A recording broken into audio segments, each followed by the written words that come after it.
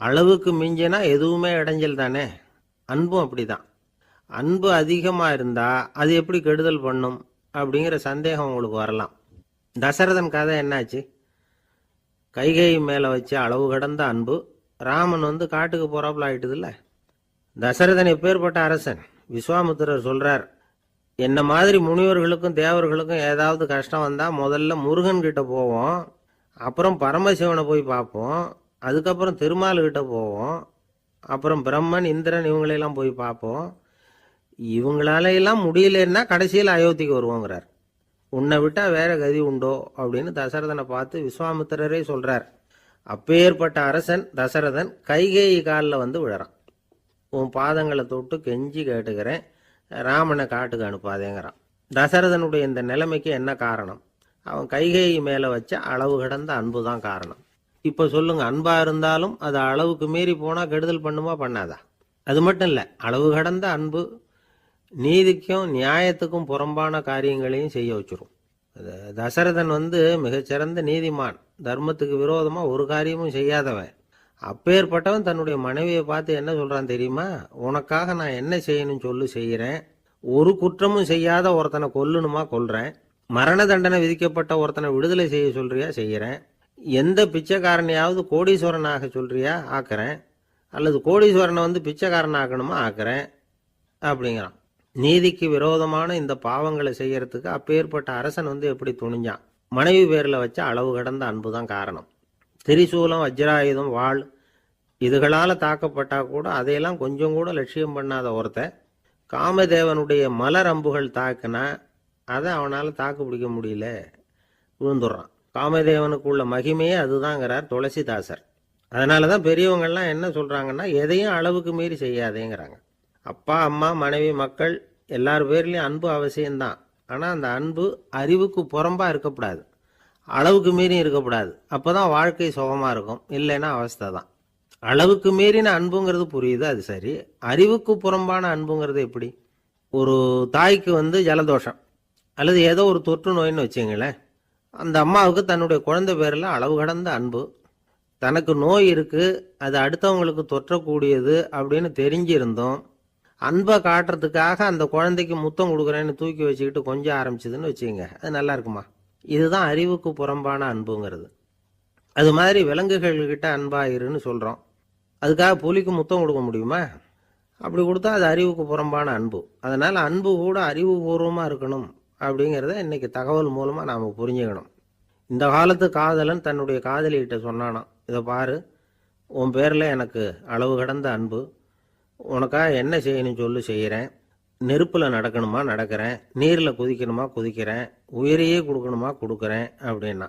சரி, வர்றேன் ஞாயிற்றுக்கிழமை சாயந்தரம் 6 மணிக்கு இதே இடத்துக்கு வாங்க அப்படின்னு அந்த பொண்ணு. இவன் கொஞ்சம் யோசனை பண்ணி பார்த்துட்டு, அன்னைக்கு மழை பெய்யாமல் இருந்தால் வந்துடுறேன் அப்படின்னானா. கப்பல் கடலில் போய்கிட்டு இருக்கு.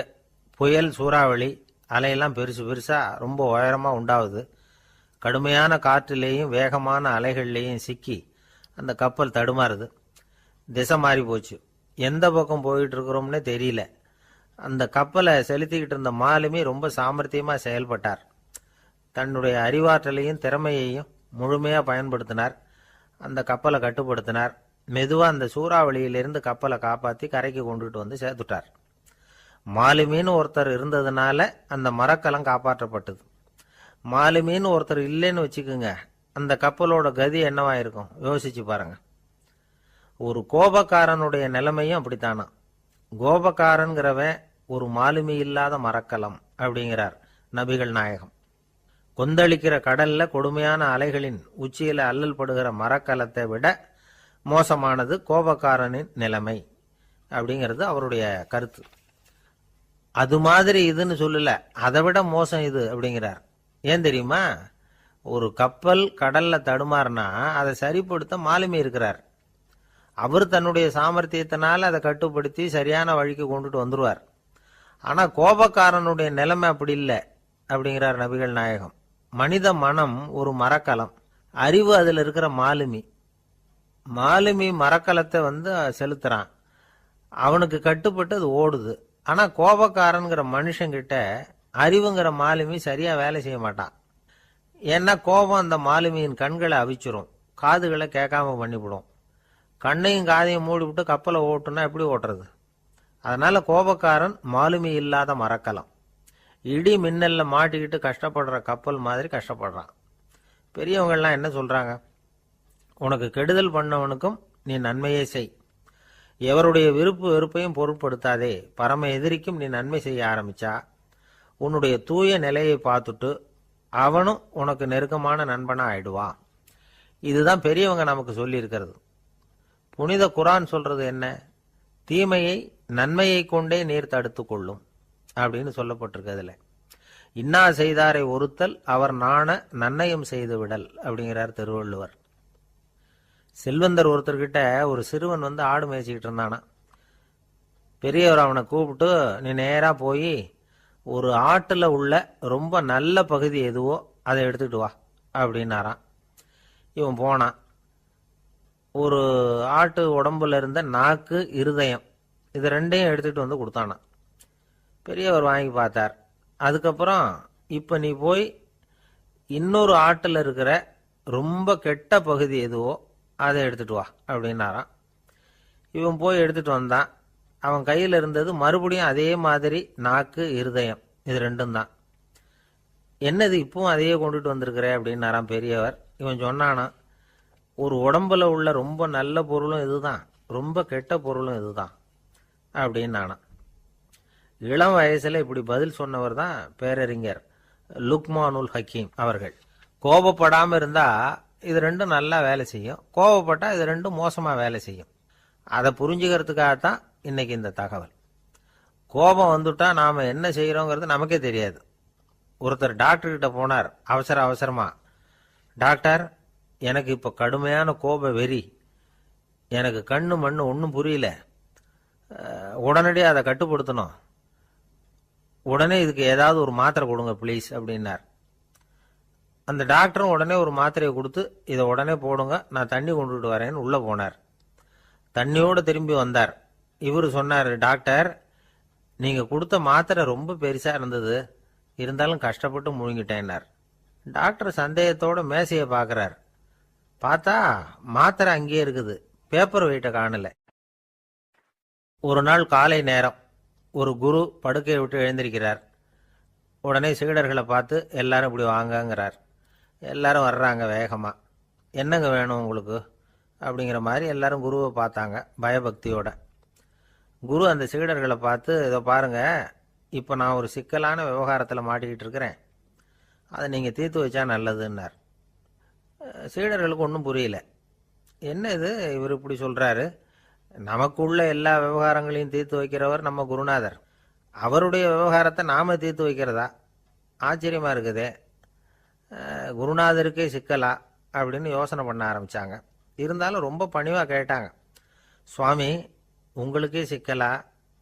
இந்த உலகத்து சிக்கல்களுக்கும் சிரமங்களுக்கும் அப்பாற்பட்டவர் அல்லவா தாங்கள், அப்படிப்பட்ட உங்களுக்கு சிக்கல்னா அது எப்படி அப்படின்னாங்க. எனக்கு ஏற்பட்டிருக்கிற சிக்கல் அவ்வளவு பெருசு, ரொம்ப பெரிய விவகாரம் அது அப்படின்னார் குரு. கொஞ்சம் விவரமா சொல்லுங்க அப்படின்னாங்க இவங்க. இப்ப அந்த குரு விவரத்தை சொன்னார். அதாவது நேற்று ராத்திரி நான் ஒரு கனவு கண்டேன். அந்த கனவுல நான் ஒரு பட்டாம்பூச்சியா மாறிட்டேன். அப்படி மாறி ஒவ்வொரு மலரா பறந்து போய் உட்காந்து தேன் சாப்பிட்டேன் அப்படின்னார். சீடர்கள் இதை கேட்டதும் ரொம்ப திகைச்சு போயிட்டாங்க. என்ன இது, இது ஒரு பெரிய பிரச்சனையா? ஒரு சாதாரண கனவு கண்டதுக்காகவா இந்த காலை வேளையில நம்மளையெல்லாம் குருநாதர் இவ்வளவு அவசரமா கூப்பிட்டுருக்கார் அப்படின்னு நினைச்சாங்க. இருந்தாலும் கேட்டாங்க, இதுல என்ன சிக்கல் சுவாமி? கனவுங்கிறது எல்லாருக்கும் வரத்தானே செய்யும் அப்படின்னார் ஒரு சீடர். சீடர்களே, பிரச்சனை அது இல்லை. நான் இன்னைக்கு காலையில கண்ணு முழிச்சு பார்த்தப்போ நான் நானாக மறுபடியும் மாறிட்டேங்கிறத தெரிஞ்சுக்கிட்டேன். இதுல சிக்கல் என்னன்னா, இப்ப அந்த பட்டாம்பூச்சி தான் நானா ஆயிட்டதாக கனவு கண்டுகிட்டு இருக்கா அப்படிங்கிறது தான். ஒரு மனுஷன் பட்டாம்பூச்சி ஆகிறதாக கனவு காண முடியுங்கிறப்போ அந்த பட்டாம்பூச்சியும் மனுஷனா ஆகிறதாக கனவு காண முடியும் இல்லையா? இப்ப எனக்கு யதார்த்த நிலை தெரியணும், எது நிஜம்னு தெரியணும். நேத்து ராத்திரி நான் கண்டது கனவா, அல்லது இது பட்டாம்பூச்சி கண்டுகிட்டு இருக்கிற கனவா? இதுதான் குரு கேட்ட கேள்வி. இதை கேட்டதும் சீடர்கள் ரொம்ப குழம்பி போயிட்டாங்க. சுவாமி, இது வரைக்கும் நாங்கள் தூங்குறப்ப பார்க்கறது கனவுன்னும் முழிச்சுக்கிட்டு இருக்கிறப்ப பார்க்கறது நனவுன்னு நம்பிக்கிட்டு இருக்கிறோம். இப்போ எங்களை ரொம்ப குழப்பிட்டீங்க, இதுக்கு பதில் சொல்ல எங்களுக்கு சக்தி இல்லை அப்படின்னு சொல்லிவிட்டாங்களாம். அதுக்கப்புறம் அந்த குரு சொன்னாராம், நினைவு தான் முக்கியமான அம்சம். முடிவு கட்டம்னா பகலின் நினைவுகளை விட இரவின் கனவுகளே ரொம்ப உண்மை. ஒருத்தன் தூங்க போனால் தூங்கிக்கிட்டே இருந்தால் அவன் காணும் கனவு பொய்ங்கிறத அவன் உணர மாட்டான். ஒவ்வொரு கனவும் காணும் பொழுது அது ரொம்ப உண்மையாக தான் தெரியுது. ஒரு கனவு கூட உண்மை இல்லைன்னு கனவுல தோன்றுவதே இல்லை அப்படின்னார் குரு. அகில வாழ்வு அத்தனையும் சொற்பனம் கண்டாய் அப்படிங்கிறார் தாயுமானவர். ஆகையினால நம்ம கனவுலேருந்து நாம் என்னைக்கு முழிச்சிக்க போகிறோம் அப்படிங்கிறது தான் ஒரு முக்கியமான கேள்வி. ஒருத்தர் வந்தார், காலில் கட்டோடு வந்தார். என்னங்க காலில் கட்டுன்னு? சார், நேற்று ராத்திரி தூக்கத்தில் எங்கள் வீட்டு கூரையில் ஏணியை சாத்தி வச்சு இறங்கினப்போ வழுக்கி விழுந்து காலை உடச்சிக்கிட்டேன்னார்.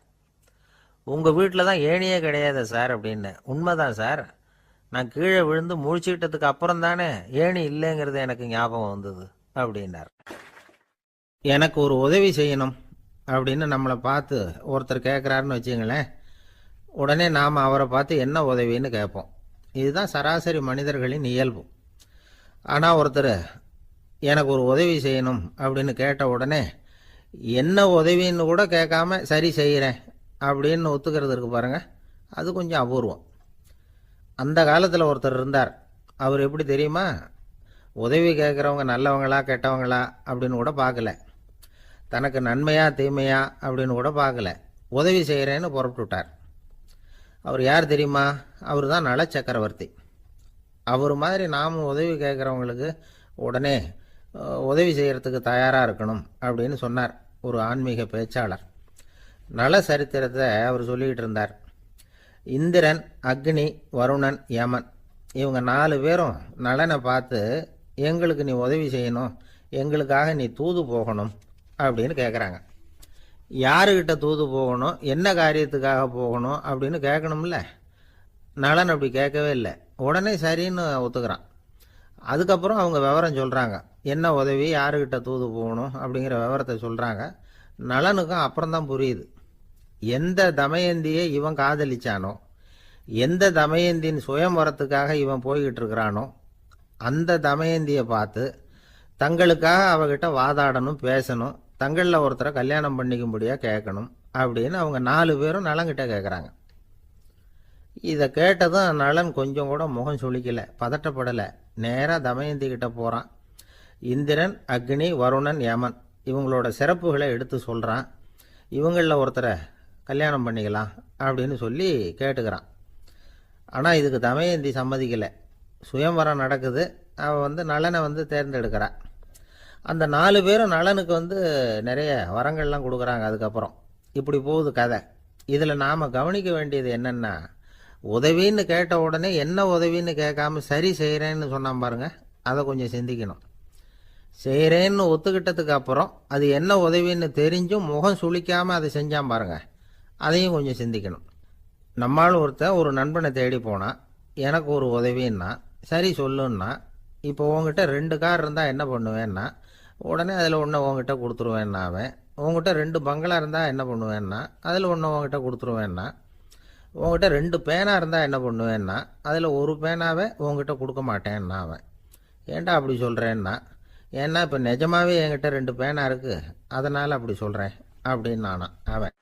தானத்தில் சிறந்தது எது அப்படின்னு ஒரு கேள்வியை கேட்டு, தானத்தில் சிறந்தது நிதானம் அப்படின்னு அதுக்கு ஒரு பதிலும் சொல்கிறவங்க உண்டு.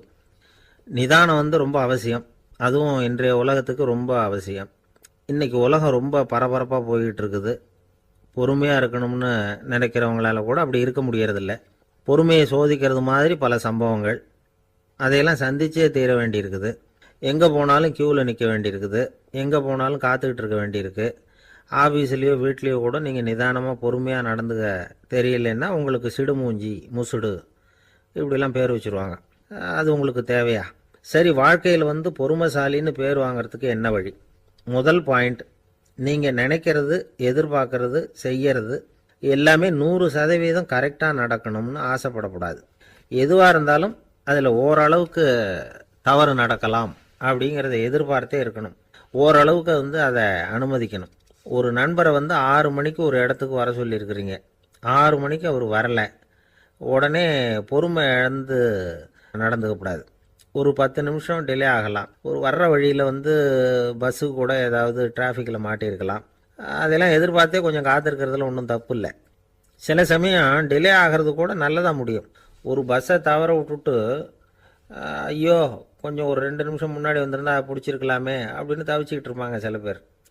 அடுத்தபடியாக வர்ற பஸ்ஸு நேரடியாக நீங்கள் போக வேண்டிய இடத்துக்கே கொண்டு போய் விடுற பஸ்ஸாக கூட இருக்கலாம்.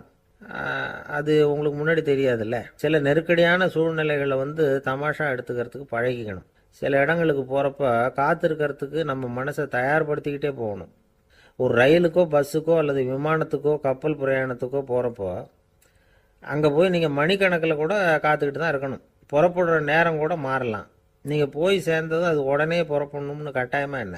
அது மாதிரி சமயத்தில் படிக்கிறதுக்குன்னு சில சுவாரஸ்யமான புத்தகங்களையும் கையில் எடுத்துக்கலாம்.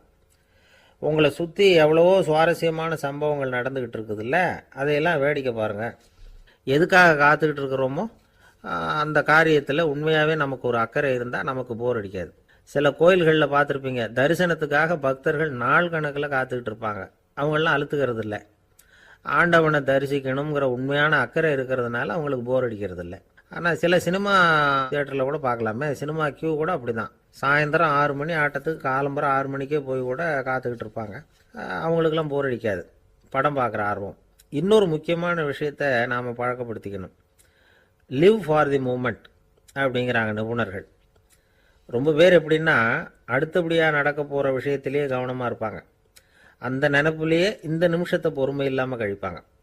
ஒருத்தர் இருக்கார், அவர் எப்படின்னா ஆஃபீஸ் முடியறதுக்குள்ளேயே சார் 5 மணிக்கெல்லாம் ரெடியாக இருங்க, நாம் அந்த ஹோட்டலில் போய் டிஃபன் சாப்பிட்ணும் அப்படின்னு 4 மணிலேருந்து சொல்லிகிட்டு இருப்பார். 4:55க்கே பரபரப்பாக ஓடி வருவார். 2 பேரும் புறப்படுவோம், ஹோட்டலுக்கு போவோம், சாப்பிட்டுக்கிட்டு இருப்போம். அப்படி சாப்பிட்டுக்கிட்டு இருக்கிறப்ப சார் சாப்பிட்டு முடித்ததும் நேராக ஒரு ஜவுளி கடைக்கு போகிறோம் அப்படிம்பார். பரபரக்க சாப்பிட்டு முடிப்பார், புறப்படுவார். ஜவுளி கடையில் அவசரமாக சீக்கிரம் பில் போடுங்க சார், சினிமாவுக்கு நேரம் ஆகிடும்பார். சினிமா தியேட்டரில் உட்காந்து அடுத்தபடியாக எங்கே டின்னர் சாப்பிட்றதுன்னு யோசனை பண்ணிகிட்டு இருப்பார். ராத்திரி படுக்கையில் விழுந்ததுக்கு அப்புறமும் நாளைக்கு காலையில் எழுந்திரிச்சதும் அதை பண்ணணும் இதை பண்ணணும்னு திட்டம் போட்டுக்கிட்டே இருப்பார். அதாவது எப்போவும் அடுத்த நிமிஷம், அடுத்த நாள், அடுத்த வாரம், அடுத்த வருஷம், இதுதான் அவங்க சிந்தனை. இந்த நிமிஷம் என்ஜாய்மெண்ட்டை அவங்க இழந்துடுறாங்களாம். அதனால தான் வாழ்நாள் பூரா பொறுமையின்மை, அவஸ்தை, அல்லல். அதனால் நாம் எல்லாரும் வாழ்க்கையில் நிதானமாக இருக்கிறதுக்கு கற்றுக்கணுமா. அதுக்காக இந்த நிதானத்துக்கு வேறு விதமான அர்த்தம் பண்ணிக்கக்கூடாது. ஒருத்தர் அப்படித்தான் ஒரு தடவை அவருடைய குதிரை காணாமல் போயிட்டு தான். அதுக்காக அவர் கவலைப்படலை, நிம்மதியாக இருந்தார், சந்தோஷமாக இருந்தார். என்ன சார் இது, உங்கள் குதிரை திருட்டு போயிட்டுதுங்கிறீங்க, நீங்கள் கவலைப்படாமல் இருக்கிறீங்களே அப்படின்னு கேட்டாங்களாம். அதுக்கு அவர் சொல்லியிருக்கார், நல்ல வேலை சார், கட்டியிருந்த குதிரை காணாமல் போயிருக்குது. நான் அது மேலே உட்காந்துருக்கிற சமயம் அது காணாமல் போயிருந்ததுன்னா, திருட்டு போயிருந்ததுன்னா நானும் சேர்ந்துல காணாமல் போயிருப்பேன் அப்படின்னாராம். எவ்வளவு நிதானமான ஆள் பாருங்க. ஒரு வயசான பாட்டியும் தாத்தாவும் ஒரு பூங்காவில் உட்காந்து பேசிக்கிட்டு இருக்கிறாங்க. அவங்களுக்கு கல்யாணம் ஆகி 53 வருஷம் ஆச்சு. பிள்ளைங்கள்லாம் படித்து பெரிய பெரிய வேலையில் இருக்கிறாங்க. பேரன் பேத்திகளும் நல்ல நிலைமையில் இருக்கிறாங்க. இந்த தாத்தாவும் பாட்டியும் சிரித்து பேசிக்கிட்டு இருந்ததை ஒரு பெரியவர் பார்த்தார். அவருக்கு ஆச்சரியமாக இருந்தது. இந்த வயசுலேயும் இவ்வளவு அந்யோன்யமாக இவங்க பேசிக்கிட்டு இருக்கிறாங்களே அப்படின்னு நினச்சார். சரி நேரிலேயே கேட்டுருவோமே அப்படின்னு நினச்சிக்கிட்டு கிட்ட போனார். உங்கள் மன வாழ்க்கையின் வெற்றிக்கான ரகசியம் என்ன அப்படின்னு கேட்டார். இதை கேட்டதும் அந்த தாத்தா சிரிச்சுக்கிட்டே பாட்டியை பார்த்தாராம். அதுக்கப்புறம் சொன்னாராம், நான் இந்த அம்மாவை கல்யாணம் பண்ணிக்கிட்டதுக்கும் எங்களுடைய இல்வாழ்க்கை இவ்வளவு நாளாக பலம் குறையாமல் மகிழ்ச்சியாக இருக்கிறதுக்கும் காரணம் ஒன்று தான். அது என்ன காரணம்னா, எங்களுக்கு இடையில பொதுவாக நிறைய குறைகள் உண்டு, அதுதான் காரணம் அப்படின்னாராம். அவர் சொல்கிறது சரிதான் அப்படிங்கிறது மாதிரியே அந்த பாட்டியும் அவரை நிமிர்ந்து பார்த்தாங்களாம். இந்த பெரியவர் மறுபடியும் அந்த பாட்டியை பார்த்து அதே கேள்வியை கேட்டிருக்கார். உங்களுடைய நீண்டகால மன வாழ்க்கைக்கு கிடைச்ச வெற்றி எதனாலேன்னு சொல்ல முடியுமா அப்படின்னு கேட்டாராம். அவங்களும் சிரிச்சுக்கிட்டே பதில் சொன்னாங்களாம். என்ன பதில் தெரியுமா? சில பேரை நாம் குறிப்பிட்ட பண்புகளுக்காக நேசிக்கிறோம், வேற சிலரை நாம் அந்த பண்புகள் இல்லாத குறைகளுக்காகவே விரும்பி பழகிறோம் இல்லையா அப்படின்னு கேட்டுவிட்டு தலையை குனிஞ்சிக்கிட்டாங்களாம் அந்த பாட்டியம்மா. அவங்க அப்படி சொன்னதை கேட்டதும் இவருக்கு புதுசாக ஞானம் பிறந்தது மாதிரி இருந்துதான். இதுதான் மனம் நிறைந்த மன வாழ்க்கை அப்படிங்கிறார் சுவாமி சென்மயானந்தர். பண்புகளை எப்படி நேசிக்க முடியுதோ அதே மாதிரி பண்புகள் இல்லாத குறைகளையும் நேசிக்க முடியும். மனசு தான் காரணம். ஒரு மேல்நாட்டு தம்பதி, அவங்களும் தாத்தா பாட்டி தான். அவங்க 2 பேரும் ஒரு பூங்காவில் உட்காந்து சிரித்து பேசிக்கிட்டு இருக்கிறாங்க. அதை ஒருத்தர் பார்த்தார். அவருக்கு ஆச்சரியம், இவ்வளவு காலம் ஆகி இந்த வயசுலையும் இப்படி அன்பா பேசிக்கிட்டு இருக்கிறாங்களே அப்படிங்கிற ஆச்சரியம். கிட்ட நெருங்கி போனார். கேட்டார், ஏன் தாத்தா உங்களுக்கு கல்யாணம் ஆகி எவ்வளோ வருஷம் ஆச்சுன்னார். 55 வருஷம் ஆச்சுன்னாராம் அவர். இன்னமும் இவ்வளவு சந்தோஷமா இருக்கிறீங்களே, அதுக்கு என்ன காரணம்னு கேட்டிருக்கார். அதுக்கு என்ன காரணம்னா, இது வரைக்கும் எங்களுக்குள்ள சண்டையே வந்ததில்லை அப்படின்னாராம். அது எப்படி முடியும்னு கேட்டிருக்கார் இவர் ஆச்சரியமா. அந்த தாத்தா சொல்ல ஆரம்பிச்சாராம், இதை பாருப்பா, எங்களுக்கு கல்யாணம் ஆன புதுசில் நானும் என்னுடைய மனைவியும் ஒரு குதிரை மேலே ஏறி ஒரு காட்டு வழியாக போய்கிட்டு இருந்தோம். கொஞ்சம் தூரம் போனதும் அந்த குதிரை எடக்கு பண்ணிச்சு. நான் உடனே கீழே இறங்கி அந்த குதிரையை பார்த்து, இது உனக்கு முதல் தடவை அப்படின்னு மிரட்டலாக சொல்லிவிட்டு ஏறி உட்காந்தேன். மறுபடியும் போனோம். கொஞ்சம் தூரம் குதிரை நல்லபடியாக நடந்து போச்சு. மறுபடியும் எடக்கு பண்ண ஆரம்பிச்சுட்டுது. நான் கீழே இறங்கினேன். கையில் இருந்த சாட்டையால் ஓங்கி ஒரு அடி கொடுத்தேன். இது உனக்கு 2வது தடவை அப்படின்னு சொல்லிவிட்டு ஏறி உட்காந்தேன். மறுபடியும் குதிரை கொஞ்சம் தூரம் நல்ல விதமாக நடந்து போச்சு. அப்புறமும் எடக்கு பண்ண ஆரம்பிச்சுட்டுது.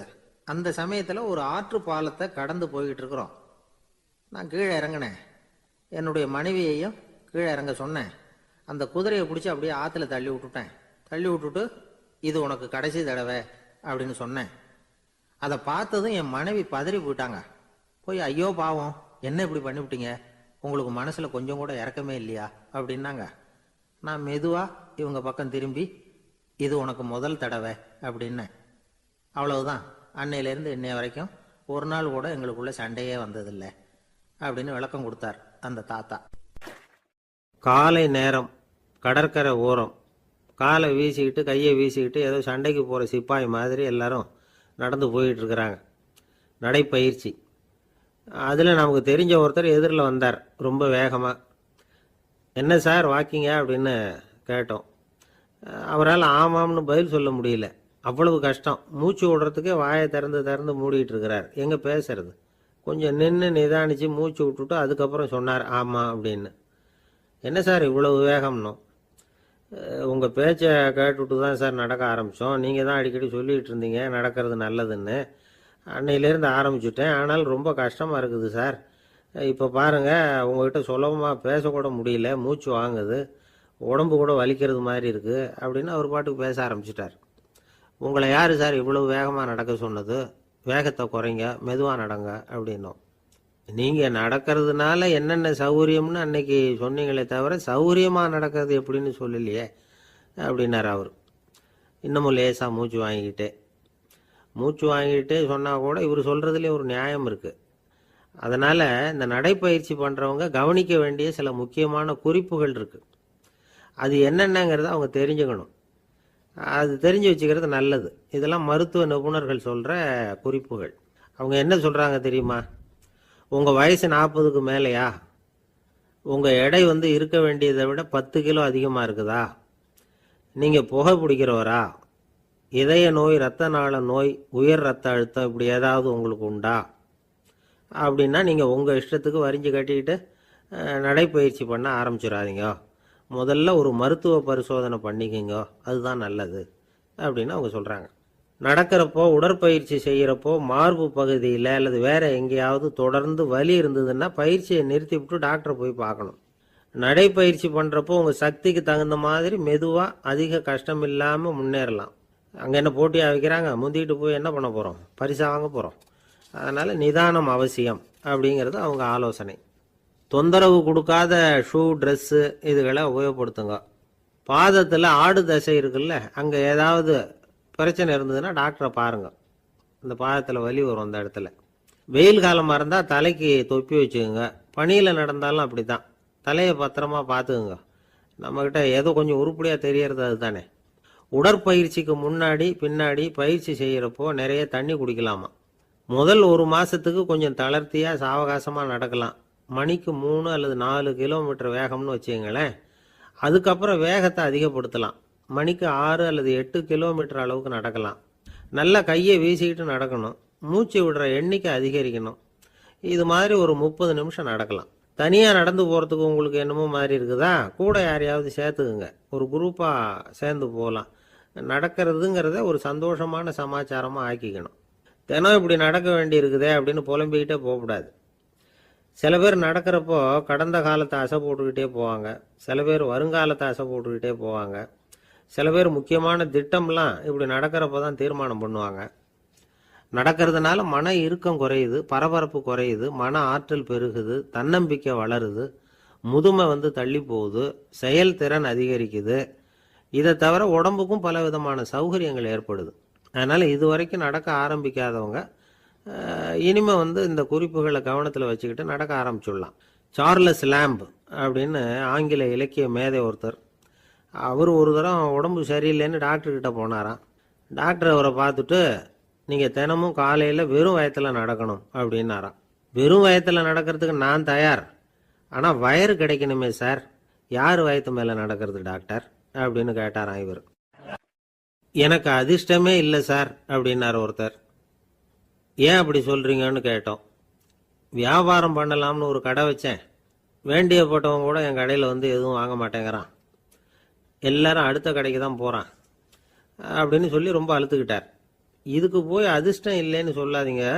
வாடிக்கையாளர்களை கவர்றது எப்படிங்கிறது உங்களுக்கு தெரியல, அதுதான் குறை அப்படின்னும். சார், உங்களுக்கு தெரிஞ்ச அந்த ரகசியத்தை எனக்கும் கொஞ்சம் சொல்லி கொடுங்களேன் அப்படின்னார். சரி, உங்கள் காதை இப்படி கொடுங்க அப்படின்னு சொல்லி அது சம்பந்தமாக பெரிய வல்லுநர்கள் சொல்லியிருக்கிற கருத்துக்களை அவர்கிட்ட சொல்ல ஆரம்பித்தோம். அதாவது இந்த வாடிக்கையாளர்களை கவர்றதுக்கு வல்லுநர்கள் பல ஆலோசனைகளை ஏற்கனவே சொல்லி வச்சிருக்கிறாங்க. அது சம்பந்தமாக அனுபவப்பட்டவங்க, அதை தெரிஞ்சு வச்சுக்கணும். அதாவது கடை வச்சிருக்கிறவங்க எல்லாரும் இதை கொஞ்சம் காதில் வாங்கி வச்சுக்கணும்.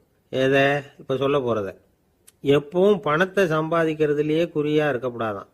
அதை விட முக்கியமாக நீங்கள் சம்பாதிக்க வேண்டியது வாடிக்கையாளர்களுடைய மன நிறைவு. வர்றவங்க திருப்தியோடு போகணும், அது முக்கியம். அதில் கவனமாக இருக்கணும். கடைக்கு வர்ற ஒருத்தர் ஏதாவது ஒரு குறை சொல்கிறாருன்னு வச்சுங்க, அதை அலட்சியப்படுத்தக்கூடாது. ரொம்ப அக்கறையோடு அதை காது கொடுத்து கேட்கணும். அப்படியா சார், அதை நான் அவசியம் கவனிக்கிறேன் அப்படின்னு சொல்லணும். ஒருத்தர் வரார், சார் நேற்றுக்கு உங்கள் கடையில் இதை நான் வாங்கிட்டு போனேன், வீட்டில் இது வேணான்னு சொல்லிவிட்டாங்க, அது திருப்பி கொடுக்கறதுக்காக தான் வந்திருக்கிறேன் அப்படின்னு சொல்லி திருப்பி கொடுக்குறார். உடனே நீங்கள் முகம் சுளிக்கக்கூடாது, எரிச்சல் படக்கூடாது. வழக்கம் போல் நிதானமாக முகம் மலர்ச்சியோடு அதை திருப்பி வாங்கிக்கணும். இவ்வளவு ரூபாய்க்கு சாமான் வாங்கினா இந்த ஸ்பூன் அன்பளிப்பு, இப்படி ஏதாவது கொடுக்கலாம். பண்டிகை காலங்கள்லேயும் பொருள்கள் வாங்குறவங்களுக்கு இப்படி ஏதாவது பொருத்தமாக ஒரு அன்பளிப்பு கொடுக்கலாம்.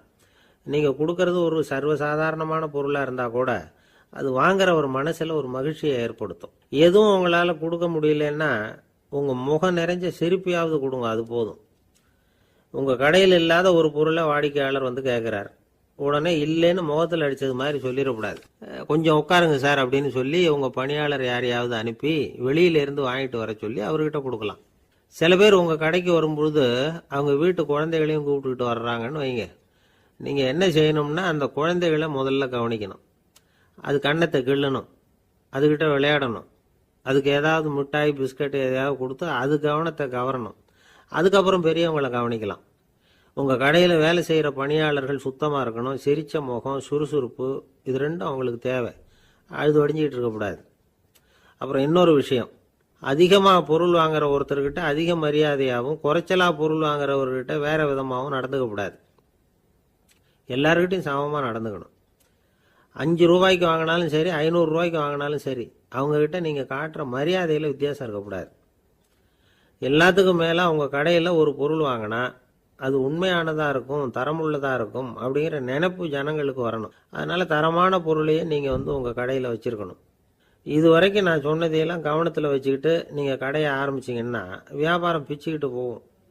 அப்படி போகலன்னா அதுக்கப்புறம் கேளுங்க. ஏன்னா இந்த யோசனைகள்லாம் அனுபவப்பட்டவங்க சொல்லியிருக்கிற யோசனைகள். இந்த யோசனைகளில் நீங்கள் எச்சரிக்கையாக இருக்க வேண்டிய ஒரு விஷயம் உண்டு. அது என்னங்கிறதையும் தெரிஞ்சு வச்சுக்கிறது நல்லது. என்னுடைய நண்பர் ஒருத்தர் வந்தார். சார், உங்கள் யோசனையை கேட்டதுனால நான் ஒரு அறை வாங்கினது தான் மிச்சம்னார். என்ன ஆச்சுன்னு கேட்டேன். எங்கள் கடைக்கு ஒரு பெரிய அம்மா குழந்தைய தூக்கிட்டு வந்தாங்க சார். உங்கள் யோசனைப்படி அந்த குழந்தையோட கன்னத்தை கிள்ளணும்னு முயற்சி பண்ணினேன். திடீர்னு அந்த நேரம் பார்த்து அந்த குழந்தை தலையை குனிஞ்சிக்கிட்டுது. என் கையை குழந்தையோட கன்னத்துக்கு பதிலாக அது தூக்கிட்டு வந்தவங்க கன்னத்தை கிள்ளிவிட்டுது. அதுதான் அப்படி ஆயிட்டுது அப்படின்னார் கன்னத்தை தடவிக்கிட்டே. திபேத் நாட்டில் புத்த மடாலயங்கள் நிறைய உண்டு. அதுக்கு ஒரு தலைமையகமும் உண்டு. அது இந்த திபேத் தலைநகரம் லாசாவில் இருக்குது. ரொம்ப காலத்துக்கு அப்பால் அதை பற்றிலாம் நிறைய விவரங்கள் எழுதி வச்சிருக்கிறாங்க. அது இப்போவும் நமக்கு கிடைக்குது. அதாவது ரொம்ப தூரத்துக்கு அந்தாண்ட மலைகளுக்கு நடுவில் ஒரு கிளை மடாலயம். அந்த மடத்தின் தலைவருக்கு வயசாயிட்டு தான்.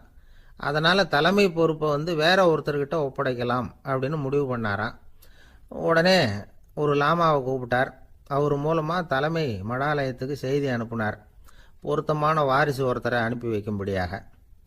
அந்த வாலிப லாமா புறப்பட்டார். காடு மேடெல்லாம் நடந்து போகிறார். ரொம்ப நாள் கழித்து தலைமை பீடத்தை அடைஞ்சார். தலைமை குருக்கிட்ட விவரத்தை சொன்னார். தகுதியான ஒருத்தரை அனுப்பி வச்சா அழைச்சிட்டு போகிறேன் அப்படின்னார். சரி, நாளைக்கு காலையில் நீங்கள் அவங்க எல்லாரையும் அழைச்சிட்டு போகலாம்னார் அவர். அவங்க எல்லாரையுமா? அங்கே தேவைப்படுறது ஒருத்தர் தானே அப்படின்னார் இவர். ஆமான்னார். அப்புறம் ஏன் எல்லாரையும் அழைச்சிட்டு போக சொல்கிறீங்கன்னார். அது இப்போ உனக்கு புரியாது. நான் ஒரு 100 பிக்குகளை அனுப்புகிறேன், அதாவது பிட்சுகளை. அவ்வளவு பேரையும் அங்கே வச்சு சமாளிக்க முடியாது அப்படின்னார் இவர். இருந்தாலும் இப்போ அந்த தலைமை குரு என்ன சொன்னார்னா, அதை பற்றி கவலைப்படாத, நான் 100 பேரை அனுப்புகிறேன். அதில் 99 பேர் வழியிலேயே காணாமல் போடுவாங்க. ஒருத்தன் மட்டும்தான் வருவான். அவனும் அங்கே சேர்ந்துட்டான்னா நீ ரொம்ப கொடுத்து வச்சவன் அப்படின்னார். இவருக்கு ஒன்றும் புரியல. இருந்தாலும் மறுநாள் அந்த வாலிப லாமா 100 பேரை அழைச்சிக்கிட்டு புறப்பட்டார். போகிற வழியிலேயே பல பேர் அங்கங்கே பிச்சுக்கிட்டு போயிட்டாங்க. அவர் சொன்னது மாதிரியே. வழியில் அவங்க ஊர்கள் இருந்தது தான் காரணம். அப்பா அம்மாவை பார்த்துட்டு வரேன் அப்படின்னு கொஞ்சம் பேர் போனாங்க. சொந்த பந்தத்தை பார்த்துட்டு வரேன் அப்படின்னு கொஞ்சம் பேர். ஒரு வாரம் ஆச்சு. இப்போ மிஞ்சினது 10 பேர் தான். வழியில் ஒரு நகரம். அங்கே சில பிட்சுக்கள் சந்தித்தாங்க. எங்கள் மடத்து தலைவர் இறந்துட்டார், உங்களில் யாராவது ஒருத்தர் எங்களுக்கு தலைவராக முடியுமா அப்படின்னு கேட்டாங்க. 10 பேரும் தயார். அதில் ஒருத்தரை அழைச்சிட்டு அவங்க போயிட்டாங்க. இன்னொரு ஊரில் சில பேர் வந்தாங்க, வழி மறிச்சாங்க. நில்லுங்க, எங்கள் மன்னர் மகளுக்கு திருமணம், அதை நடத்தி வைக்க 3 லாமாக்கள் தேவை அப்படின்னாங்க. இப்படி கொஞ்சம் கொஞ்சமாக எல்லாரும் காலி. கடைசியில் 2 பேர் மிஞ்சினாங்க. அங்கே ஒரு இளம்பெண் எதிரில் வந்தா. எங்கள் அப்பா வேட்டைக்கு போயிருக்கிறாரு, இன்னும் திரும்பி வரல. வீட்டில் வேறு யாரும் இல்லை, தனியாக இருக்க பயமாக இருக்குது, யாராவது ஒருத்தர் எனக்கு துணையாக இருக்கணும் அப்படின்னு கேட்டுக்கிட்டா. எங்கள் 2 பேரில் நீயே ஒருத்தரை தேர்ந்தெடுத்துக்கோ, இல்லைன்னா எங்களுக்குள்ளே சண்டை வந்துடும் அப்படின்னாங்க. இப்போ மிஞ்சினவர் ஒருத்தர். அவருக்கும் ஒரு சோதனை வந்தது. ஒரு தர்க்கவாதி எதிரில் வந்தான். உன்னோட வாதம் பண்ணணும்னா. இவனோட வாதம் பண்ணுறேன், அது முடிய ரொம்ப காலம் ஆகலாம். தர்க்கத்தில் நான் ஜெயிச்சா அங்கே வரேன், இல்லைன்னா இவருடைய சீடனை ஆயிடுவேன் அப்படின்னார் அவர். கடைசியாக அழைக்க வந்த வாலிப லாமா மட்டும் வெறும் கையோடு திரும்பி போனார். அங்கே இருந்த வயசான மடாதிபதி கேட்டார், எத்தனை பேர் அங்கேருந்து புறப்பட்டீங்கன்னார். என்னையும் சேர்த்து 101ன்னார் அவர். நல்லது, நீயாவது திரும்பி வந்திய, அதுதான் எனக்கு போதும். ஏன்னா நீ தான் எனக்கு உண்மையான வாரிசு. அந்த 100 பேரில் யாரும் வரமாட்டாங்க அப்படின்னார் அவர். ஏன்னா அவருக்கு தெரியும் இவர் ஒருத்தர் தான் திரும்பி வருவாருங்கிறது. திபேத்தில் ஒரு பழங்கால பழமொழி உண்டாம், 100 பேர் செல்லலாம், எப்பொழுதாவது ஒருவன் அபூர்வமாக அடைய வேண்டிய இடத்தை அடைவான். இதுதான் அந்த பழமொழி. ஒரு உன்னதமான இலக்கை அடையணும்னா அது அவ்வளவு சுலபமான காரியம் இல்லை. இந்த காலத்து மடாலயம் ஒன்று, அதில் ஒரு தலைவர், அவருக்கு வயசாயிட்டுது, தனக்கு ஒரு வாரிசை நியமிக்கணும் அப்படின்னு ஆசைப்பட்டார். ரொம்ப கஷ்டப்பட்டு ஒருத்தரை பிடிச்சார். தனக்கு வாரிசாக நியமிச்சுட்டு அவர் சமாதி ஆயிட்டார். புதுசாக பொறுப்பேற்றுக்கிட்டவர் அப்படியே உட்காந்துருந்தார். அவரை தேடிட்டு பத்திரிகை நிருபர்கள்லாம் வந்தாங்க, கேட்டாங்க. அவர் உங்கள் பொறுப்பில் அவர் பெரியவர் விட்டுட்டு போன இது எவ்வளவு சுமாராக தேரும், எவ்வளவு விட்டுட்டு போனார் அப்படின்னு கேட்டிருக்கிறாங்க. அது என்ன ஒரு 50 லட்சம் இருக்கும் அப்படின்னாராம். அவ்வளவும் பணமா அப்படின்னு கேட்டிருக்காங்க. இல்லைங்க, கடன் அப்படின்னாராம் இவர். இன்றைக்கு பல பேர் உயில் எழுதி வைக்கிறாங்கல்ல. இந்த உயில்னா என்ன? அதாவது ஒரு நபர் தனக்கு பின்னாடி தன்னுடைய சொத்துக்கள் யாருக்கு போய் சேரணும்னு நினைக்கிறாரோ அந்த நினைப்பை சட்டப்படி உறுதிப்படுத்துறது தான் உயில். சரி, உயிலை யார் எழுதலாம்? 18 வயசு பூர்த்தியான யாரும் உயில் மூலமா சொத்துக்களை விநியோகிக்கலாம். கண் பார்வை இல்லாதவங்க, காது கேளாதவங்க, வாய் பேச முடியாதவங்க, இவங்கெல்லாம் கூட உயில் எழுதி வைக்கலாம். புத்தி சுவாதீனம் இல்லாதவங்க கூட சில சமயம் புத்தி தெளிவா இருந்தா உயில் எழுதலாமா. குடிபோதையில் இருக்கிறவங்க, தாங்கள் என்ன செய்யறோங்கிறது தெளிவா அறிய முடியாதவங்க, நோய் நொடியில் இருக்கிறவங்க, இவங்கெல்லாம் உயில் எழுத முடியாது. ஒருத்தரை நிர்பந்தப்படுத்தி ஏமாத்தி அல்லது சுய நினைவில்லாத ஒருத்தர்கிட்ட எழுதி வாங்கி வைக்கிற உயில் செல்லாது. உயிலை இந்த முறையில தான், இந்த படிவத்துல தான் எழுதணும்னு சட்டத்துல விதி எதுவும் கிடையாது. இதுக்கு முத்திரை கட்டணமும் கிடையாது. உயிலை வெற்று காகிதத்துல எழுதலாம். அச்சடிக்கணும், டைப் அடிக்கணுங்கிற அவசியம் கூட இல்லை. கையாலேயே கூட எழுதலாம். எழுதி இருக்கிறது புரியணும், அவ்வளவுதான். குறைந்தபட்சம் 2 சாட்சிகளை வச்சுக்கிட்டு உயில் எழுதுறவர் அதுல கையெழுத்து போடணும். கையெழுத்து போட தெரியாதுன்னா இடது கை பெருவிரல் ரேகை வைக்கலாம். உயில் சாசனத்துக்கு சாட்சிகள் கையெழுத்து இல்லைன்னாலும் அது செல்லாது. அப்புறம் பிரிவிலேஜ்டு வில் அப்படின்னு இருக்கு. அதுக்கு மட்டும் சாட்சிகள் தேவையில்லை. அது என்னன்னா, இந்த விமானப்படை, கப்பல் படை அல்லது யுத்தத்தில் பணிபுரியும் நபர்கள் அவங்கெல்லாம் இருக்கிறாங்க இல்லையா, அப்படிப்பட்டவங்க எழுதுற உயில் அது. அதுக்கு சில விசேஷ சலுகைகள் உண்டு. ஒருத்தர் முதல்ல ஒரு உயில் எழுதி வைக்கிறார், அதுக்கப்புறம் மனசு மாறி போகுது, அது வேணாம்னு நினைக்கிறார், ரத்து செஞ்சுடலாம். அதுக்கப்புறம் வேற உயிலும் எழுதலாம். உயிரோடு இருக்கிற வரைக்கும் எத்தனை தடவை வேணும்னாலும் உயில் எழுதலாம். கடைசியா எழுதப்பட்ட உயில் சட்டப்படி சரியா இருந்தா அதுதான் அமலுக்கு வரும். சரி, எழுதுற உயில ரகசியமா வச்சிருக்கிறது எப்படி? இது ஒரு கேள்வி. இதுக்கு என்ன செய்யணும்னா, ஒருத்தர் உயிலை எழுதினதுக்கு அப்புறம் அவர் தானாவோ அல்லது அங்கீகரிக்கப்பட்ட முகவர் மூலமாகவோ, அதாவது ஒரு ஏஜென்ட் மூலமாகவோ, ஒரு கவரில் போட்டு சீல் வச்சு கவர் மேலே தன்னுடைய பெயரை எழுதி அல்லது அந்த ஏஜென்ட் பெயரை எழுதி கவர் மேலே என்ன அடக்கம் செய்யப்பட்டிருக்கு, உள்ள என்ன இருக்கு அப்படிங்கிற விவரம்லாம் எழுதி சார் பதிவாளர்கிட்ட ஒப்படைக்கலாம். இதுக்கு கட்டணம் உண்டு. அதுக்கப்புறம் எப்போ தேவைப்படுதோ அப்போ ஒரு மனு கொடுத்து அந்த கவரை திரும்ப வாங்கிக்கலாம். இப்போ எழுதுகிற உயில இவ்வளவு நாளுக்குள்ள பதிவு செய்யணுங்கிற கால வரையறை உண்டா அப்படின்னு ஒரு கேள்வி வரலாம் இல்லையா? எப்போ வேணும்னாலும் பதிவு செய்யலாம். நம்மால் ஒருத்தர் ஒரு நாள் ரொம்ப அவசரமா வந்தார். இந்த உயில் எழுதுறது சம்பந்தமா பூரா விவரமா எனக்கு உடனே தெரியணும்னார். நான் உடனே அவரை வக்கீல் ஒருத்தர்கிட்ட அழைச்சிட்டு போனேன். இவர் அவர்கிட்ட எல்லா விவரமும் கேட்டு தெரிஞ்சுக்கிட்டார். ரொம்ப தேங்க்ஸ்ன்னு சொல்லிவிட்டு 2 பேரும் வெளியில வந்தோம்.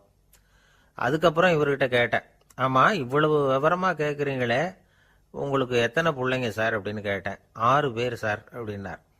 சரி, இருக்கிற சொத்து எவ்வளவுன்னு கேட்டேன். அதை இனிமே தான் சம்பாதிக்க போறேன் அப்படின்னார். ஒரு நண்பர் யாருக்கோ ஃபோன் பண்ணிட்டு இருந்தார்.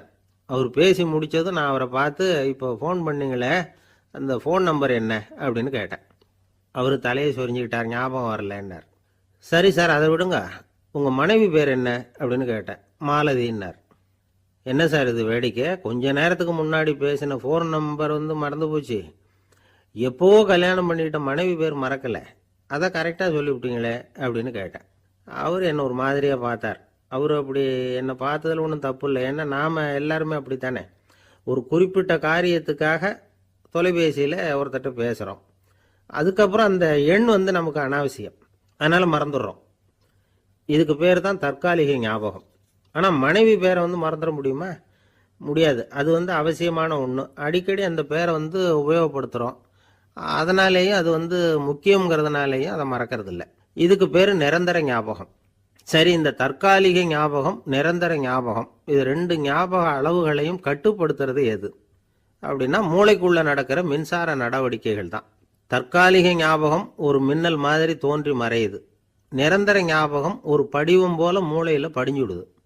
ஒரு சம்பவத்தின் பல பிரதிகள் மூளையில பல்வேறு பகுதிகளிலேயும் படியறதுனால ஒன்று மறைஞ்சாலும் மறந்தாலும் இன்னொன்று மறையறதில்லை. இப்படிப்பட்ட நிலைமையில தான் தொண்டையில் இருக்கு, வாயில் வரமாட்டேங்குது சார் அப்படிமா. ஒருத்தருக்கு எந்த துறையில் ஆர்வமும் ஈடுபாடும் அதிகமோ அது சம்பந்தமான ஞாபக சக்தி அதிகமாக இருக்கும். தொழிலை விரும்புகிற ஒரு டெலிஃபோன் ஆபரேட்டருக்கு எண்கள்லாம் நல்ல ஞாபகம் இருக்கும். அது மாதிரி கவிஞர்களுக்கு வார்த்தைகள் நல்ல ஞாபகத்தில் இருக்கும். இது ஒரு பக்கம் இருந்தாலும் ஒரு மூளை எண்களை விட எழுத்துக்களை விட படங்களை ரொம்ப சுலபமாக ஞாபகத்தில் வச்சுக்குது. புரிஞ்சுக்கிற தன்மை, அனுபவம், புத்தி கூர்மை இது கூடி குறையிறத பொறுத்து ஞாபக சக்தியும் ஏறும் இறங்கும். இப்போ உதாரணத்துக்கு ஒரு பையனுக்கு படித்தது எதுவும் ஞாபகத்தில் இல்லைன்னா அவன் அதை சரியாக புரிஞ்சுக்கலன்னு அர்த்தம். இந்த மறதிங்கிறது எந்த சமயத்தில் ஒரு பிரச்சனை ஆகுது தெரியுமா? உங்களுக்கு வேண்டியப்பட்ட ஒருத்தரை ஞாயிற்றுக்கிழமை சாயந்தரம் சரியாக 5 மணிக்கு கடற்கரைக்கு வர சொல்லிவிட்டு அந்த நேரத்தை மறந்துவிட்டா அது பரவாயில்ல, வர சொன்னதையே மறந்துவிட்டா தான் நிலைமை மோசம்னு அர்த்தம். இப்படி இருந்தால் இது சிகிச்சை எடுத்துக்க வேண்டிய நிலைமைங்கிறத புரிஞ்சுக்கணும். ஆமாம், இதுக்கும் மருந்து இருக்குது. ஆனால் மூளை குறிப்பிட்ட அளவுக்கும் கீழே இயங்குறப்போவோ இன்னொன்று சொல்லுவாங்க, இந்த நியூரோ டிரான்ஸ்மிட்டர் அப்படின்னு சொல்லுவாங்க. அப்படிங்கிற மூளை ரசாயனம் ரொம்பவும் குறைஞ்சி போகிறப்போ மட்டும்தான் உபயோகப்படும். டாக்டர் என்ன சொல்கிறாங்க தெரியுமா? மூளையை பொறுத்த வரைக்கும் அதில் ஞாபக சக்தி அதிகமாக உள்ள மூளை, மறதி உள்ள மூளை அப்படின்னு ஒன்றும் கிடையாது அப்படிங்கிறாங்க. நினைவு வச்சுக்கிறதுக்கு பயிற்சி அளிக்கப்பட்ட மூளை, பயிற்சியற்ற மூளை அப்படின்னு வேணும்னா சொல்லலாம் அப்படின்னு சொல்கிறாங்க. அதனால் நம்ம ஞாபக சக்திங்கிறது நம்மக்கிட்ட இருக்கிற பயிற்சி, முயற்சி இதை பொறுத்து தான் அமையும். ஒருத்தர் ஒரு பென்சிலை எங்கேயோ வச்சுக்கிட்டு தேடிக்கிட்டு இருந்தார். அப்புறம் என்னமோ தீவிரமாக யோசனை பண்ணி அதை ஞாபகப்படுத்தி பார்த்துக்கிட்டு இருந்தாராம். எதிரில் உட்காந்துருந்தவர் சொன்னார், பென்சிலை தானே தேடிட்டு இருக்கீங்க, அது உங்கள் வலது காதில் இருக்குது சார் அப்படின்னாராம் அவர். இதுக்கு அவர் சொல்லியிருக்காரு, பென்சிலை வலது காதில் தான் வச்சுருக்கேங்கிறது எனக்கு நல்லா ஞாபகம் இருக்குது, ஆனால் எது வலது காதுங்கிறது தான் மறந்து போச்சு அப்படின்னாராம். அவர் அதை தான் யோசிச்சுட்டு இருந்திருக்கிறார். ரொம்ப பேருக்கு கூட்டத்தில் பேசுறதுன்னா பயம். நமக்கு ஒன்றும் தெரியாதுன்னு மற்றவங்க நினச்சிடக்கூடாதுங்கிற எண்ணம் தான் இதுக்கு காரணம். ரொம்ப முக்கியமான ஒரு கூட்டம்னா பயம் அதிகமாக இருக்கும். முக்கியமானவங்கள்லாம் வருவாங்களே, அவங்கெல்லாம் நம்மளை பற்றி மட்டமாக நினச்சிருவாங்களே அப்படிங்கிற பயம் வந்துடும். ஆனால் மேடை பேச்சுங்கிறது அவ்வளவு கடினமான ஒரு காரியம் இல்லைங்கிறாங்க அது சம்பந்தமான நிபுணர்கள். யாரும் பேச்சாளர் ஆகலாம், இது ஒன்றும் பெரிய கிஃப்ட் கிடையாது அப்படின்னு அவங்க சொல்கிறாங்க.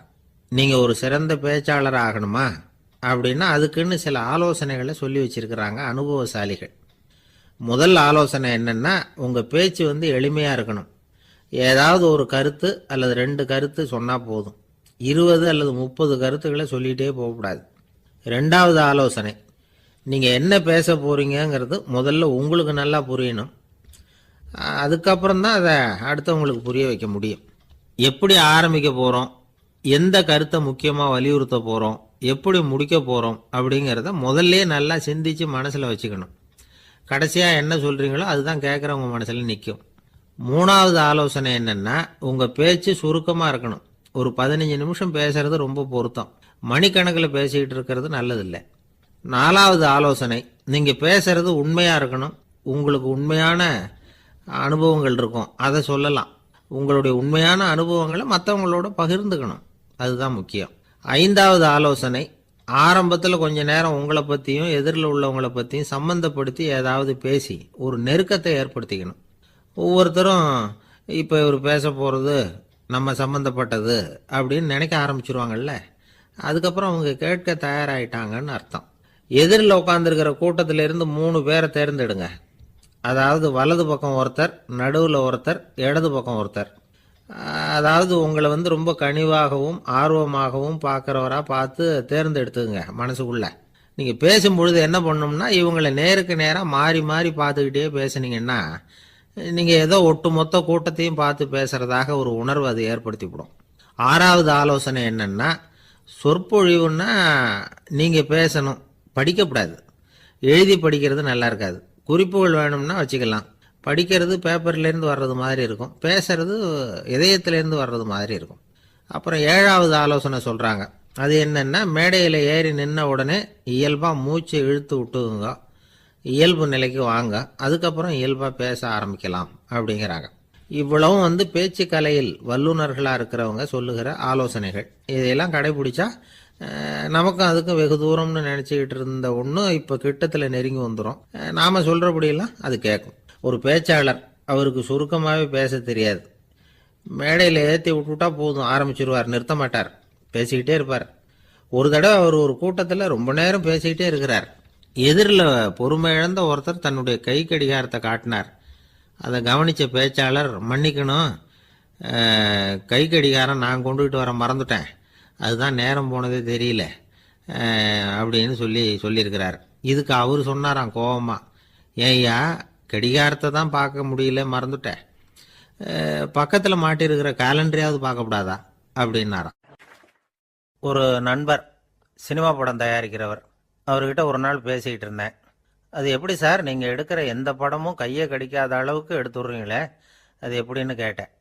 அது ஒன்றும் பெரிய விஷயம் இல்லை சார், பெண்களுக்குன்னு சில உருக்கமான காட்சிகள், இளைஞர்களுக்குன்னு சில நடனங்கள், அடிதடி காட்சிகள், அப்புறம் வயசானவங்களுக்குன்னு சில ஆன்மீக காட்சிகள், சின்ன பிள்ளைங்களுக்கு சிரிப்பு, இப்படி எல்லாமும் சேர்த்து நான் படம் எடுக்கிறேன். மசாலா படம்னு பேர். இது ரொம்ப பெருசாக இல்லைன்னாலும் ஓரளவுக்கு சுமாராக ஓடிடும், கையை கடிக்காது அப்படின்னார். இது ஒரு உத்தி. சில பத்திரிகை ஆசிரியர்களும் இந்த உத்தியை கையாளுறது உண்டு. இந்த உத்திக்கு பார்னம் உத்தி அப்படின்னு பேர், பார்னம் எஃபெக்ட் அப்படின்னு சொல்லுவாங்க. அதாவது ஃபீனியஸ் டி பார்னம் அப்படின்னு ஒருத்தர் அமெரிக்காவில் இருந்தாராம். அதாவது 19ஆம் நூற்றாண்டில் அமெரிக்காவில் கொடிகட்டி பறந்த ஒரு சர்க்கஸ் நிறுவனத்தின் அதிபர் அவர். இந்த உலகத்தில் ஒவ்வொரு நிமிஷமும் ஒரு ஏமாளி பறந்துக்கிட்டே இருக்கிறான் அப்படிங்கிறது அவருடைய சித்தாந்தம். ஒவ்வொருத்தரையும் திருப்திப்படுத்துகிற அளவுக்கு அம்சங்களை கொஞ்சம் கொஞ்சமாக கலந்து கேளிக்கை நிகழ்ச்சிகளை நடத்தினது தான் அவருடைய மகத்தான வெற்றிக்கு காரணம். அதனால் அந்த உத்தியை யார் கடைப்பிடிச்சாலும் சரி, அதுக்கு பார்னம் உத்தி அப்படின்னு பேர் வந்துட்டுது. ஜோசியம் சொல்கிறவங்களுக்கும் இந்த உத்தி தான் கை கொடுக்குது.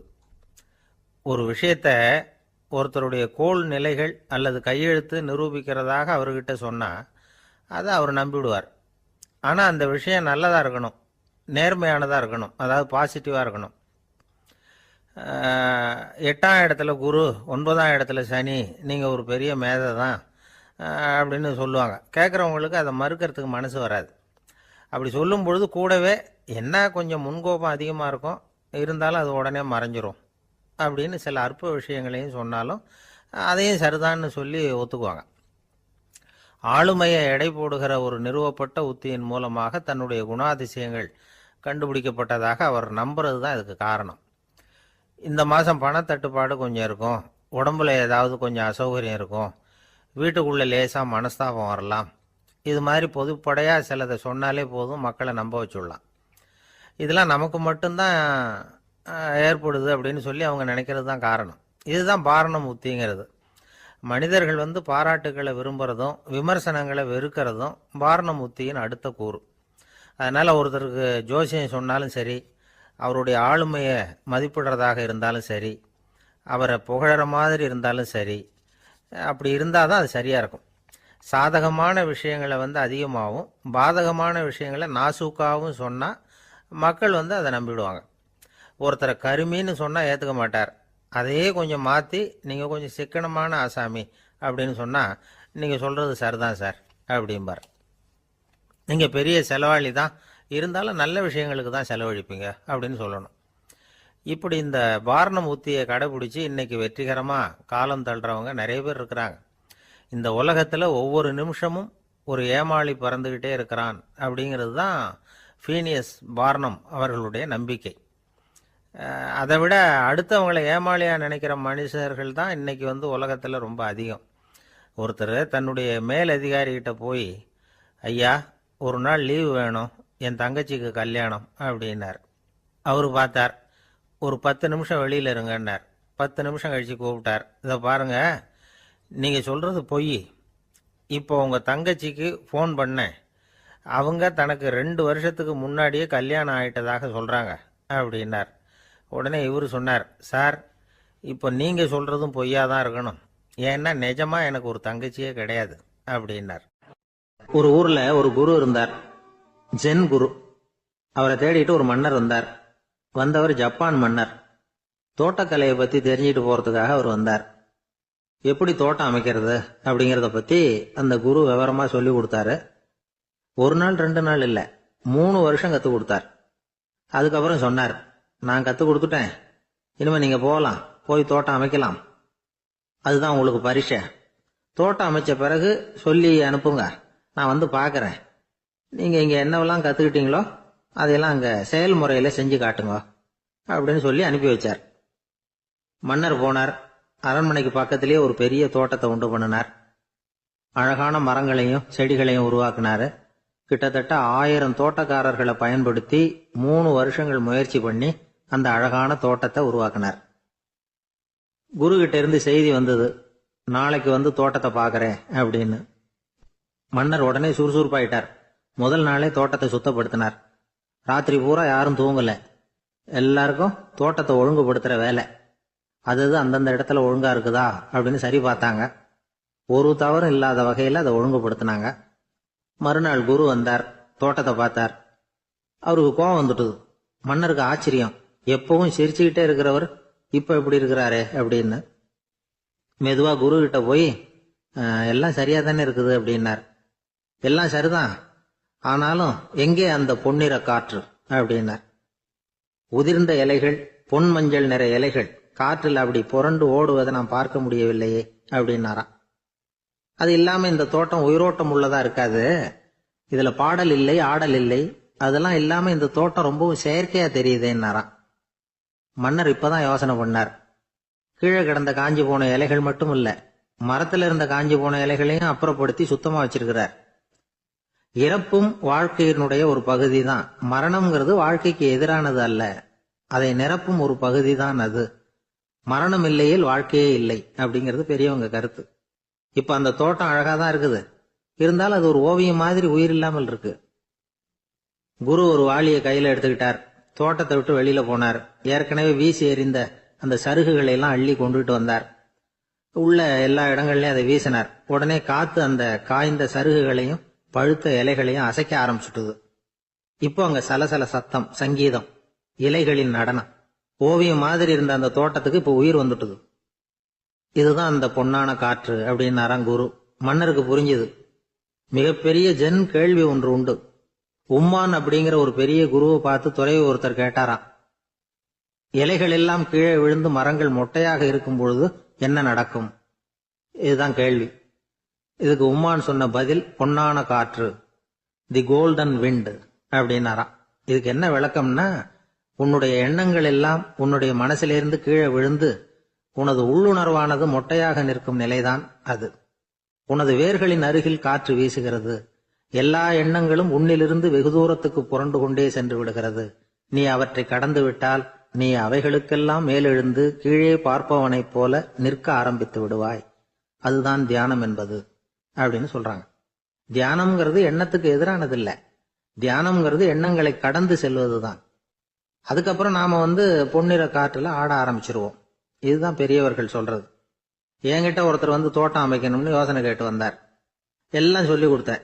செடிகள்லாம் செழிப்பா வளரணும்னா வேர் காயாம பாத்துக்குங்க, தினமும் தண்ணி விடுங்க அப்படின்னு சொல்லி அனுப்பி வச்சேன்.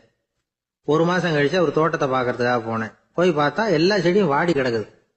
என்னங்க இப்படி பண்ணிவிட்டீங்கன்னு. நீங்க சொன்னபடிதான் செஞ்சேன்னார். என்ன செஞ்சீங்கன்னு கேட்டேன். வேறு காயாம பாத்துக்க சொன்னீங்க, தினமும் ஒரு தடவை எல்லா செடியையும் ஒவ்வொன்னா புடுங்கி பார்த்து வேறு காயாம இருக்கா அப்படின்னு பார்த்துட்டு அதுக்கப்புறம் தண்ணி பாய்ச்சனே, அவ்வளவுதானா. காஞ்சிபுரத்துல பல்லவ ராஜா ஒரு கோவில் கட்டினார், கைலாசநாதர் கோவில். அதுக்கு கும்பாபிஷேகம் பண்றதுக்கு ஒரு நாள் குறிப்பிட்டு அதுக்கு வேண்டிய ஏற்பாடுகள்லாம் பண்ணினார். முதல் காரியமா கடவுளை வேண்டிக்கிட்டார், நீங்க இந்த கும்பாபிஷேகத்துக்கு நேர்ல கலந்துக்கணும்னார். கடவுள் அந்த ராஜா கனவுல வந்தார். நீ கும்பாபிஷேகம் வச்சிருக்கிற அதே நாள்ல அதே நேரத்துல எனக்கு இன்னொரு ஊர்ல ஒரு கும்பாபிஷேகம் இருக்குது, அதுக்கு போக வேண்டியிருக்கு. அதாவது திருநின்ற ஊர்ல என்னுடைய பக்தர் ஒருத்தர், அவரும் ஒரு கோயில் கட்டி கும்பாபிஷேகம் செய்யறார். நான் அதுக்கு போக வேண்டியிருக்கு, அதனால உன்னுடைய தேதியை நீ மாத்தி வச்சுக்கோ அப்படின்னார். கடவுள் தான் எங்கேயும் இருக்கிறவராச்சே, அவர் நினைச்சா 2 இடத்துலயும் இருந்து கோயில் கும்பாபிஷேகத்தை நடத்த முடியாதா? ஏன் அப்படி செய்யல? அது ஒரு முக்கியமான காரணத்துக்காகத்தான். திருநின்ற ஊர்ல இருந்த பூசலாருங்கிற அந்த அடியாரின் பெருமையை இந்த உலகத்துக்கு எடுத்து காட்டணுங்கிறதுக்காகத்தான் கடவுள் அந்த ராஜா கிட்ட அப்படி சொன்னார். சரி, அந்த அடியார் அப்படி என்னதான் பெருசா கோயில் கட்டி விட்டார்? ராஜா கட்டின கோயிலை விட பெருசா? அவர் கட்டினது கருங்கல்லாலேயோ மண்ணாலேயோ மரத்தாலேயோ இல்ல. அவர் கட்டின கோயில் வேற மாதிரி. அது மனசால கட்டின கோயில், மனசுக்குள்ள இருக்கிற கோவில், மனக்கோவில். அந்த அடியார் தன்னோட மனசுக்குள்ள மாசக்கணக்கா ஒவ்வொரு கல்லா சேர்த்து கட்டின கோவில். இந்த விஷயம் ராஜாவுக்கு தெரியாது. அவர் என்ன நினைச்சுட்டாரு, அது நாம கட்டின கற்கோயிலை விட ரொம்ப பெருசா இருக்கும் போல இருக்கு அப்படின்னு நினைச்சுட்டாரு. சரி, அப்பேற்பட்ட அந்த கோயிலை தரிசனம் பண்ணிவிட்டு வருவோம் அப்படின்னு நினைச்சு ராஜா திருநின்ற ஊருக்கு போறார். அங்க போய் பார்த்தா கோயிலையும் காணும், ஒன்னையும் காணும். கடைசியில பூசலார் கட்டின மணக்கோவில் தான் அதுங்கிறத அவர் புரிஞ்சுக்கிறார். உடனே அந்த அடியாரின் காலில் விழுந்து வணங்குறார். அவரோ, இது மனசால முயன்ற கோவில், இதுக்கு இத்தனை பெருமையா அப்படின்னு ஆச்சரியப்படுறார். இதுல ஆச்சரியப்படுறதுக்கு ஒண்ணும் இல்ல. ஆண்டவன் விரும்புறது அகபக்தியையே தவிர புற தோற்றங்களே அல்ல. இதை நாம புரிஞ்சுக்கிட்டோம்னா நமக்குள்ள எந்த வேறுபாடுகளும் வர்றதுக்கு வழியே இல்லை. இன்னொரு ராஜா இருந்தார். அவரு ஆண்டவனுக்கு படைக்கிறதுக்காக ஒரு தார் நல்ல செவ்வாழை பழமா எடுத்துக்கிட்டு போகணும்னு நினைச்சார். அதனால முத நாளே அதை வாங்கிட்டு வர சொன்னார் வேலைக்காரங்கிட்ட. வேலைக்காரன் போனான், கடைத்தெருவில் ஒரு தார் பழம் வாங்கினான். வர்ற வழியில அவன் குடிசை.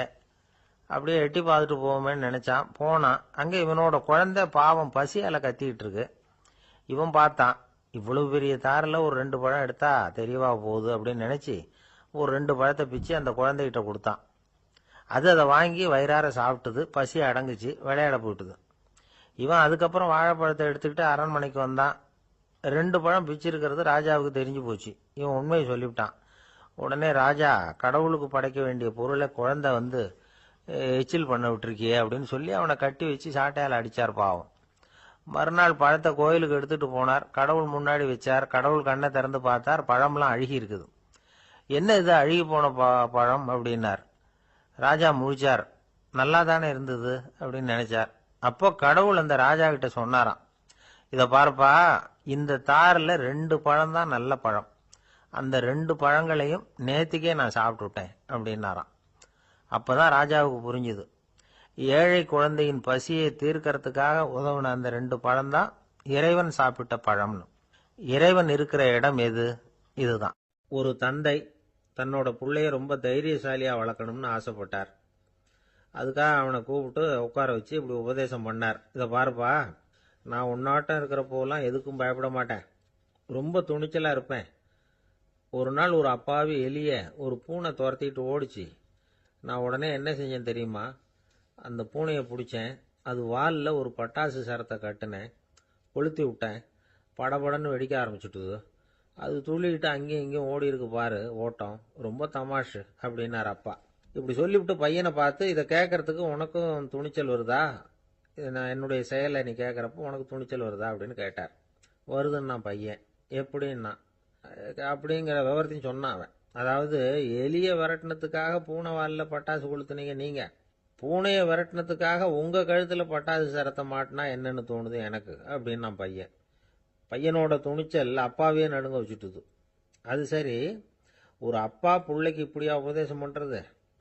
எல்லாருக்கிட்டையும் அன்பா பழகிறது எப்படி அப்படின்னு சொல்லி கொடுக்கணும். பிஞ்சு உள்ளங்கள்ல நஞ்ச தூவலாமா?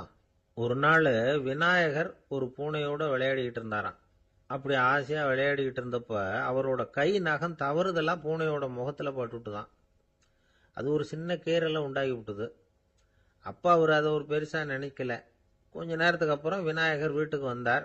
அவங்க அம்மா பார்வதி தேவியை பார்த்தார். பார்வதி தேவி கன்னத்துல விரலால கீறினது மாதிரி ஒரு அடையாளம் இருந்தது.